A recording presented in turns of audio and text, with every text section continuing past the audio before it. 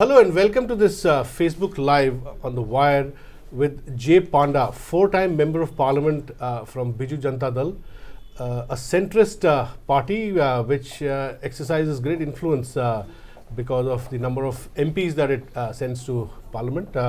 So we have Panda with us today because he's the first lawmaker to have talked about and written about the issue of a universal basic minimum income for Indian citizens, an idea which is now being debated, especially in the post-demonetization phase, because this government wants to do something for the people who've indeed suffered a lot during the period of the demonetization, the withdrawal of notes and before the replacement. Although Panda wrote about this 4 months ago, the whole issue of universal basic minimum income for Indian citizens, economists have also analyzed this threadbare. Now, the debate is still on, so we have Jay with us to talk about in detail about some of the aspects and dimensions of universal basic minimum income for all Indians. Welcome to our show, Jay. Thank you. Now, tell us what gave you this idea. You wrote about this 4 months ago. Now, what is it that triggered this thought process inside you? Was it your party? Did you discuss it with your party leaders? And is it your party's position also that all Indians must have a guaranteed minimum income? Well, this is something that has been discussed globally for some years now. Universal Basic Income, UBI, is arguably the hottest topic in developmental economics. It is being discussed all the way from developed countries like America to Europe, Latin America and India. I wrote about it, as you said, about 4 months ago, but many economists, many of them of Indian origin, such as Pranab Bardhan, such as Professor Vijay Joshi of Oxford, others at the London School of Economics have been advocating it. And this is in the context of the new economy of the 21st century, not just in India, but everywhere in the world, having a lot of automation and robotics, which means job creation is much less than before. So, for example, today, let's say if we have 7% growth rate in the Indian GDP, it creates less jobs than 7% growth rate would have created in the 1990s. Technology driving productivity. You're going to have self-driving cars. You don't have jobs such as travel agents anymore. People do their own bookings with apps online. So the number of jobs getting created at the same level of prosperity, same level of growth rate is much less. And this could cause havoc throughout the world, particularly in the demographics that we have in India, unless innovative solutions are thought of. Okay. So what about India? Is India at the stage of development as some of the Western economies are, where jobs are threatened, future jobs are threatened because of automation? Is that the context, or are you also proposing it because in India there's a lot of poverty still and a lot of unemployment, maybe way higher than what the numbers suggest? So is that the issue in India, or is the issue that technology is displacing jobs in India also? I think it's both, because the World Bank has estimated that as much as 68% of existing jobs in India are under threat in the coming 10 or 20 years. Again, because of technology and because of automation, robotics. Even factories which used to employ hundreds of people today can manage with only 5 or 7 people because they use robots for manufacturing. So here I want to, just to reinforce your point, somebody said that Reliance, for instance, Reliance Industries Limited have invested over 2 lakh crores in Jamnagar on the refinery, but because the whole plant is automated, the total employment is barely maybe 40 or 50,000. This is a case with power plants. This is a case with textile units which are automated, right? So you have the same thing. You have enormous new facilities coming up by companies such as Apple and Google in other parts of the world, in America, in China, which also, although they involve billions of dollars of investment, only create a handful of human jobs. But that doesn't mean these investments are not good, because they bring about new technology. You need the investment. You need the investment, you need the economic growth, but we have to recognize a new normal, that if same level of prosperity or same level of growth is not creating the same number of jobs as it was doing earlier, we have to fill it up with some other alternative. And so economists around the world, from developing countries to India and elsewhere, are recommending that if we have a universal basic income, a low level of income, so that people are not destitute, and then above that level, they can get the jobs that are being created. So there are a lot of nuances to it which we can discuss. Yeah. So tell me, do you agree with Pranab Bardhan's formulation, which you seem to have also captured in your article in the Times of India, where Pranab Bardhan says that nearly 9 to 10% of India's GDP is constituted by non-merit subsidies. Now, he argues that 10% of GDP, which would roughly be about $200 billion, GDP being 2 trillion, is good enough to create a minimum guaranteed income for the entire population. So, in my article, in doing my research, I have quoted several economists, including Pranab Bardhan, Vijay Joshi, and many others. Yeah. And there seems to be a consensus that counterintuitively, India may actually be a better case for a basic income. The reason being very simple. We, as you've said, we have large number of informal sector work, people who don't have formal jobs, they are not part of factories or unions, a lot of domestic workers. At the same time, prosperity is growing in India. And you're seeing economic growth, you're seeing tax revenues growing in government. So maybe there is scope to allocate funds to provide a safety net for the bottom layer, and maybe better than even other countries. For example, today Finland has started a trial where a selected number of citizens are going to get something like, I believe, about $600 a month basic income. And if it works, they may expand the scheme. In America and in Europe, the problem is this. They have safety nets with a large chunk of their GDP going towards that expenditure, which work reasonably well. So taking away Social Security in America or taking away Medicare or Mediclaim would actually affect a huge number of people. Sure. Whereas in India, we have expenditure of a certain level, not as much as Western countries, but it is grossly inefficient. Everybody agrees that the social sector expenditure in the government has a lot of leakages. The intended beneficiaries don't get it. So one of the arguments is, if you can redirect that and give direct cash to the needy, they will actually be better off than depending on theoretical services which they are apparently getting, but in reality not getting. And what is your calculation? How much income per month for a family is possible through this method? So I am not an economist, and I don't want to make my own opinions, but I have studied other people's opinions. So those who are supporting this have said something like 1,000 rupees a month at the basic level. Per head? Per head. Would make a family of 5 means 5,000 rupees. So these are all being discussed, various options. You know, there are some counter arguments that you must keep in mind. I'll come to the counter arguments. Let me explain. So some people worry, will this be an disincentive for people to work? Now, look, if you give a very high basic income, yes, it could become a disincentive, and it's not practical. Country can't afford it. But if and Prime Minister Modi has also spoken about disencouraging dole economy. So will this be a kind of seen as a dole or something? Look, we have hundreds of kinds of doles. We have PDS, public distribution system, which is meant to help the poor, but it is a dole. Some of it works, some of it doesn't work. A lot of it has a lot of leakage. Let me remind you of something. But you're saying it's a dole to deal with the changing structure of the global economy, where technology is producing growth, but not enough jobs. And the Indian economy as well. And Indian economy as well, yeah. So let me give us, everybody is familiar with a famous comment of the late Prime Minister Rajiv Gandhi in the mid-80s, that out of every rupee that government spends, the beneficiary only gets 15 paisa. That was the case in mid-80s.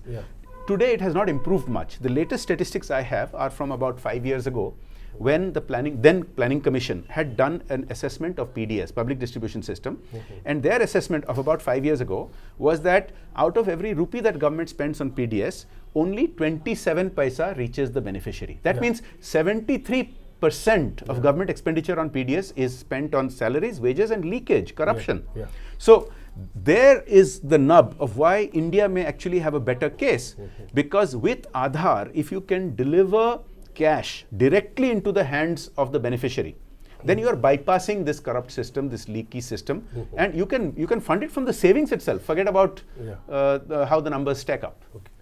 I find it interesting that economists from the right as well as the left are supporting this idea, right?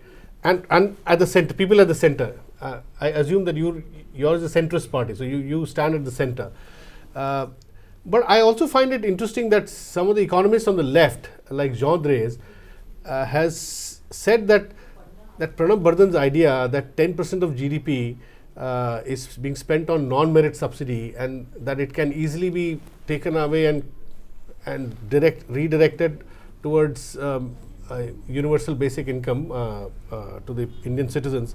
So Jean Drèze is faulting this simply because he argues that this non-merit subsidy is being given to a lot of needy people, lower middle classes, who get subsidized transport, who get subsidized college education, who get subsidized, there are a lot of hidden subsidies which are actually needed. And he also argues that we cannot have a situation where what is needed to be spent on health, minimum as a percentage of GDP, on education, which we have not reached as yet, if those monies are redirected towards the universal basic income, then it does not make sense. So that argument says that by all means have a social security payment, but after meeting all these health, education, and all these needs. How do you respond to that? Let me respond to that. I have read Jean Drèze's critique of this. Yeah. Now, it is indeed ironic that the idea of a universal basic income has got support from, as you said, across the spectrum in the world, including not just right-of-center economists, centrist economists, some leftist economists, but ironically, even business, even this is getting a lot of support from the great entrepreneurs of Silicon Valley. Yeah. And some of them are suggesting that because of this joblessness crisis throughout the world, because of automation and technology, that this is a solution. Now, what Jean Drèze says, I think we should consider in the proper context. Now, this fear that all this expenditure that is happening is going to get stopped and cash is going to be given instead. First of all, let's understand, are these expenditures that are happening actually reaching the poor? So I think the fundamental problem, I cited to you the PDS studies of the erstwhile Planning Commission, which shows that maybe 3/4 of the money is actually not reaching the poor. So that's why we need to think of, so putting more money down that black hole, which is not serving the purpose, is not a very logical thing to do. We have to think of other alternatives. Okay. The second thing we need to think about is that cash transfers, or what is being called DBT in India, direct benefits transfers, is linked to this idea. Yeah. Because instead of government providing goods and services, government gives cash to make up for it. This is an idea that has succeeded in many parts of the world, in Latin America, in developed countries. And in India, we have seen the example of LPG gas cylinders. Yeah. Now, the issue that you raised, which Jean Drèze raises, about implicit subsidies, which are hidden subsidies, I think the right way to look at it is, yes, subsidies are needed by certain people, particularly the desperately poor people, but explicit subsidies are better than implicit subsidies because we do not have efficient ways of monitoring how the implicit subsidy is being spent. Is it going to the people? We just have these estimates that almost 3/4 of it is getting wasted. So it is much better to give those subsidies explicitly with the use of technology such as Aadhaar, such as the JAM trilogy, and directly give it to the hands of the needy citizens, those who need it. So Jay, the fundamental question that the left economists are raising is, if you believe in universal primary education, universal health services, which all governments are committed to, including this one, then should you do the universal basic income after meeting those requirements, or should some of the spending that would go into universal healthcare and education also be handed over as cash as part of universal basic income? See, now, I think how do you differentiate this? We're talking apples and oranges. Let me clarify. Let's not conflate this. This is like asking the question that should we consider your survival after you get education and after you get health? It's a ridiculous question because this is considered, the universal basic income, whether it is 1,000 rupees. You think they can go parallelly? No, you can't talk that education and health is more urgent than your survival. It's crazy.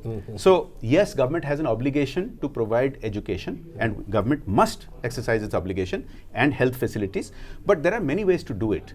So for example, we know that our health primary health centers in the rural areas are pathetically run.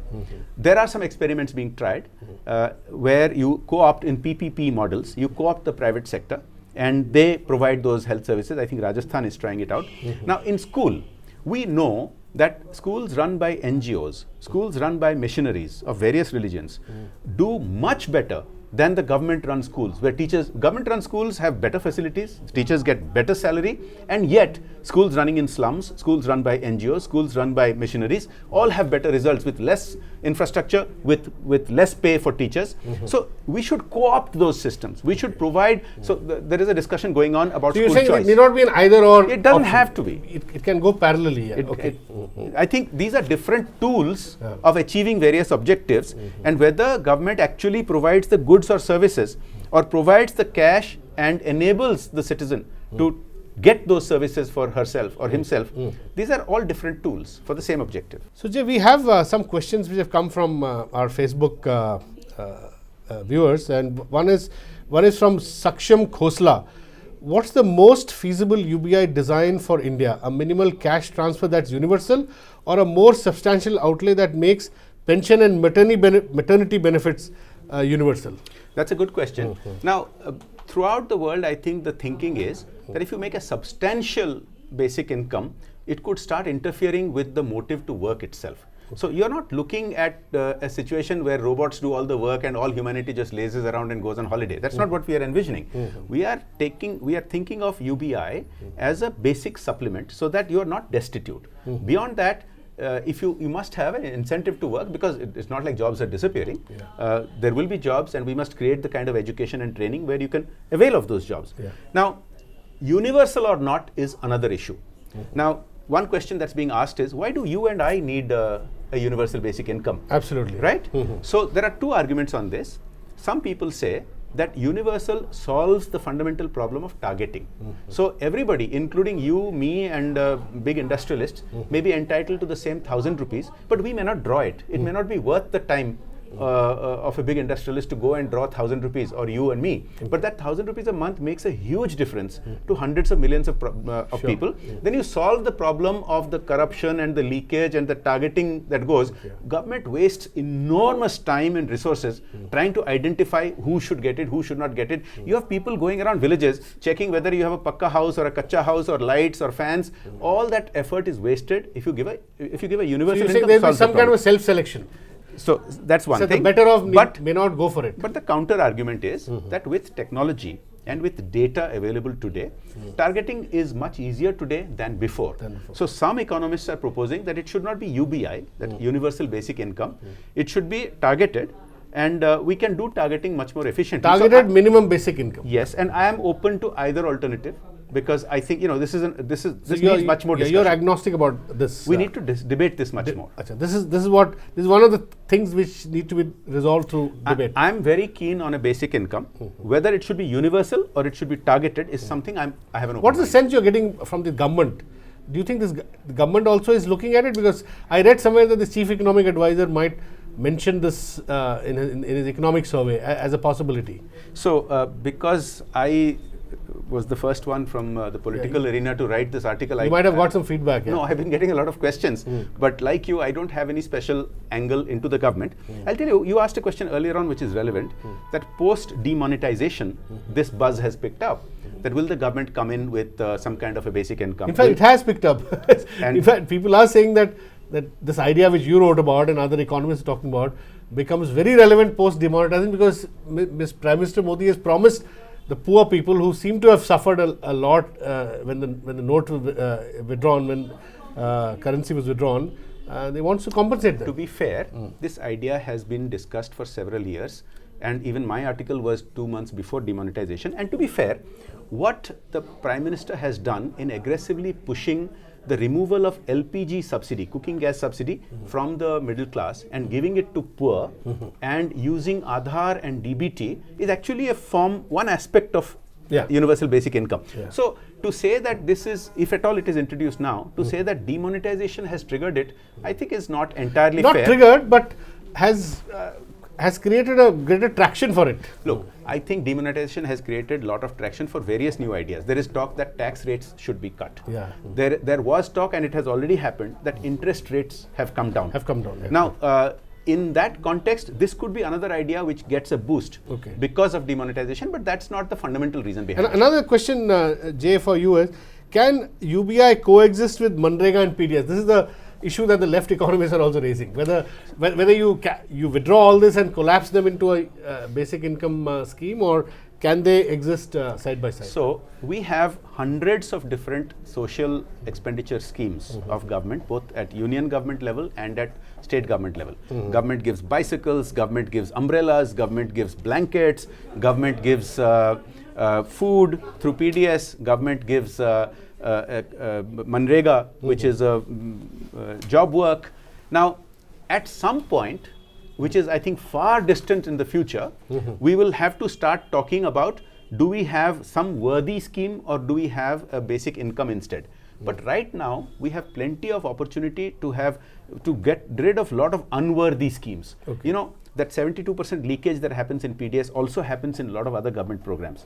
And wherever there is scope of, wherever there is massive leakage, you know, kerosene for instance, everybody knows, you know, the kerosene that we subsidize, which is supposed to go to rural poor so that they have some fuel instead of cutting firewood, which is bad for the environment. Everybody knows that the vast majority of that kerosene does not go to the rural poor. It is hijacked, and with a lot of corruption, it goes into the transport sector. It is sold to truckers and it used to adulterate diesel. Now, I think that's a prime candidate for doing away that kerosene. You can give the same LPG subsidy, and the savings that you make can allow you to give a basic income, maybe targeted for the kind of people who would be theoretically depending on kerosene. So there are lots of such programs that I think we can agree upon. Now, whether Manrega or not, I think is further off in the distance. I don't think that needs to be. Yeah, Jay, the problem with PDS is we are a federal system. Some states are running PDS very well. But they are generally better governed states, like Tamil Nadu, right? And Odisha. Odisha. Jean Reyes himself has written about Odisha. But let me explain. So Bihar, maybe UP or Madhya Pradesh not doing it, not governing PDS very well. There may be a case for giving cash directly there, but states which are doing it well can argue why dismantle a system that's working well. So let's understand what working well means. Now, on average in PDS, as I said, the data shows that more than 70% is leakage throughout the country. In Odisha, when we say it works well, I think it is in reverse. I think maybe 70-75% reaches the people, but still not 100%. And still in other states, there is no 100%. So if states like Odisha and Tamil Nadu have maybe 70-80% efficiency, is that good enough? Is 20% leakage okay? Is 25% leakage okay? And if these states are considered doing well, for the average to be only 27% doing well, that means there must be some states where only 10% is reaching, 90% is leaking. So to say that the system is working some places is, I think, I mean, yes, obviously it is doing well in Tamil Nadu and Odisha, but I don't think it is serving the purpose. Enormous government infrastructure goes into running the system, and there are, apart from PDS, there are lots of other schemes which are not running well. But here, let me say something. In the spirit, look, cash transfer or DBT is not the solution for everything. For example, it works where there are markets to provide those services. In some rural areas, there are no proper markets. So if you just give cash to the citizen, she or he may not be able to go and buy vegetables or rice because there may not be a proper market in that place. So wherever markets are functioning, and in large parts markets function well, I think cash transfers or universal income works well. Wherever there is a physical deficiency and government needs to provide certain physical goods or services, I think there is still room for that. And finally, Jay, last question. In the true spirit of federalism, do you think states can be given flexibility, a say in how they want to design it? The center can come up with a basic framework of a minimum guaranteed income, and then the states are given some flexibility in the way, for instance, if Kerala feels PDS is working well, or suppose Naveen Patnaik feels doing on PDS they're doing fine, maybe from other schemes which are not doing well, they want to push it into a basic income collapse it into a basic income delivery. So will that work? See, of course, there is no one size fits all. Exactly, that's my point. Yeah. In a country of India's size and variety, my party, Biju Janata Dal, has been a very strong votary of federalism.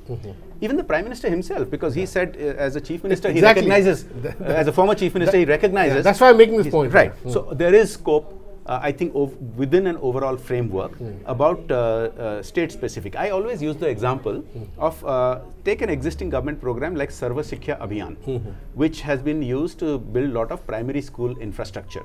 Now, you have a huge difference between a state like Kerala and a state like Odisha. Kerala has almost 100% literacy. Odisha has about 75% literacy. So our need for primary education budget is much more than Kerala's need for primary education budget. They may want that money somewhere else. Same analogy can be applied to structuring a UBI or a targeted basic income. So I think yes, there ought to be flexibility within the overall parameter. So let us hope, Jay, that the design part of UBI is discussed and debated in Parliament, and we come up with something which is optimal for all the states. Thank you very much for talking to us. That's all Thank you. For now. Thanks for watching.